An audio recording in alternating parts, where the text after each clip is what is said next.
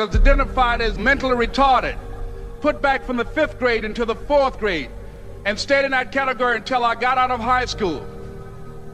I don't have any college training, but I met a high school teacher who one day changed my life. I was waiting on another student, and when he came in, he said to me, "Young man, go to the board and write what I'm about to tell you."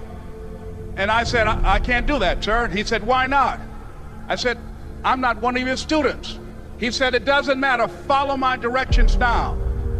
I said, "I can't do that, sir." He said, "Why not?" I said, "Because I'm educable mentally retarded." And he came from behind his desk and he looked at me. He said, "Don't ever say that again. Someone's opinion of you does not have to become your reality." And as he talked, my heart began to beat fast.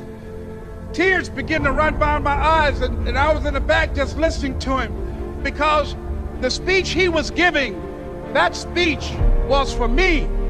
And he said, "Les Brown," he said, "if you want to do anything worthwhile in life, you've got to be hungry." I told Mr. Washington I wanted to become a disc jockey. And so I started working to develop myself. He said, "I want you to practice every day being a disc jockey." I said, "But I don't have any job now." He said, "It doesn't matter." He said that it's better to be prepared for an opportunity and not have one than to have an opportunity and not be prepared. And as I was working to develop myself, I applied for a job as a disc jockey, WMBM on Miami Beach. I went to a guy named Milton Butterball. I said, "How you doing, Mr. Butterball? I'd like to get a job as a disc jockey." He looked at me, he said, "You have any broadcast background?" I said, "No, sir, I don't." "You have any journalism background?" I said, "No, sir, I don't." He said, "We don't have any jobs available." I said, "Yes, sir." I went back to Mr. Washington and I told him. He said, "Don't take it personally." He said, "Most people are so negative, they will have to say no 7 times before they say yes." He said, "Go back again." So I went back again. I said, "How you doing, Mr. Butterball? My name is Les Brown." He said, "I know what your name is. What do you want?" I said, "I'd like to know whether or not you have any jobs as a disc jockey, sir." He said, "Didn't I just tell you yesterday we didn't have any jobs?" I said, "Yes, sir, but I know whether or not somebody got laid off or somebody was fired, sir." He said, "No one was laid off or fired. Now get on out of here." I came back the next day like I was seeing him for the first time. I said, "Hello, Mr. Butterball, how are you?" He looked at me with rage. He said, "Go get me some coffee." I said, "Yes, sir." And I went to get him some coffee.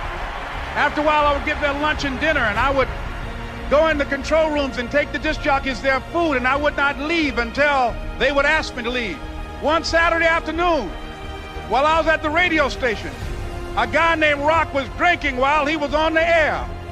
I was the only one there, looking at him through the control room windows, walking back and forth, young, ready, and hungry. Pretty soon the phone rang, and it was the general manager. And I answered the phone. I said, "Hello?" He said, "Les, this is Mr. Klein." I said, "I know." He said, "Rock can't finish his program." I said, "I know." He said, "Would you call one of the other DJs in?" I said, "Yes, sir." I hung the phone up. I said, "Now he must think I'm crazy." I called my mom and my girlfriend, Cassandra. I said, "Y'all turn up the radio and come out on the front porch. I'm about to come on the air." I waited for about 20 minutes, and I called him back. I said, "Mr. Klein, I can't find nobody." He said, "Young boy, do you know how to work the controls?" I said, "Yes, sir." He said, "Go in there and don't say nothing here." I said, "Yes, sir." I couldn't wait to get behind those controls. I put on an old Stevie Wonder record called Fingertips.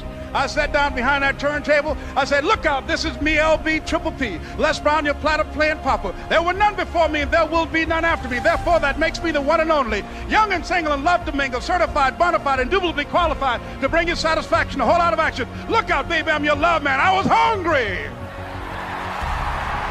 I was hungry. You gotta be hungry. Begin to know that you have greatness within you.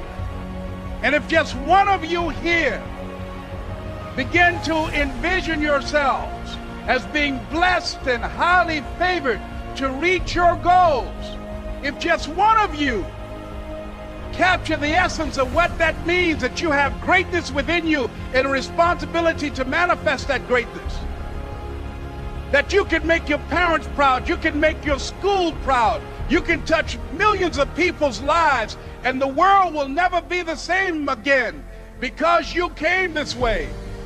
It was hard, ladies and gentlemen, coming to speak to people. And I was facing financial difficulties in my own life.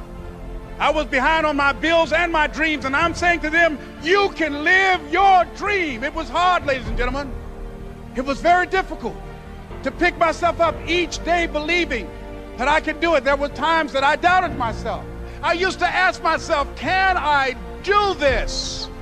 And something said within me, you're the one. Don't give up on your dream. By continuing to push forward, by continuing to run toward my dream, that one day I would have my own talk show. It's a long shot, ladies and gentlemen, from Liberty City, an abandoned building on a floor, never knowing my mother or father. It's a long shot. Being here with you today in this dome in Atlanta, it's a long shot. No college training, labeled educable, mentally retarded, but I kept running toward my dream. Don't stop. Don't stop running toward your dream.